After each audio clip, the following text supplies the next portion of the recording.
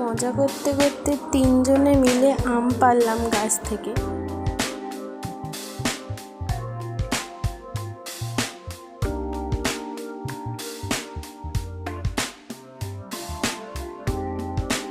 উনুনে আগুন ধরিয়ে নিলাম।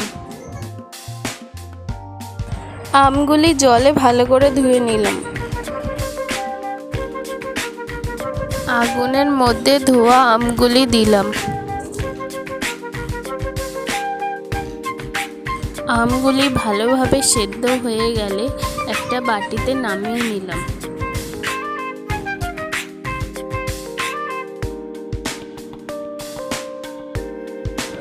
আমগুলি ঠান্ডা হয়ে গেলে তারপর জল দিয়ে পরিষ্কার করে ধুয়ে চোকলা ছাড়িয়ে নিলাম।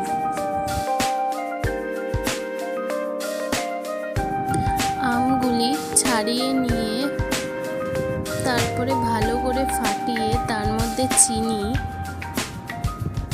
লঙ্কার গুঁড়ো, ভেজে রাখা ভাজা মশলা, নুন, বিট নুন দিয়ে ভালো করে ফাটিয়ে নিয়ে তারপর ঠান্ডা জল দিয়ে ভালোভাবে মিশিয়ে। ভিডিওটি ভালো লাগলে লাইক করুন। আরও অন্য রেসিপি পেতে আমাকে ফলো করুন।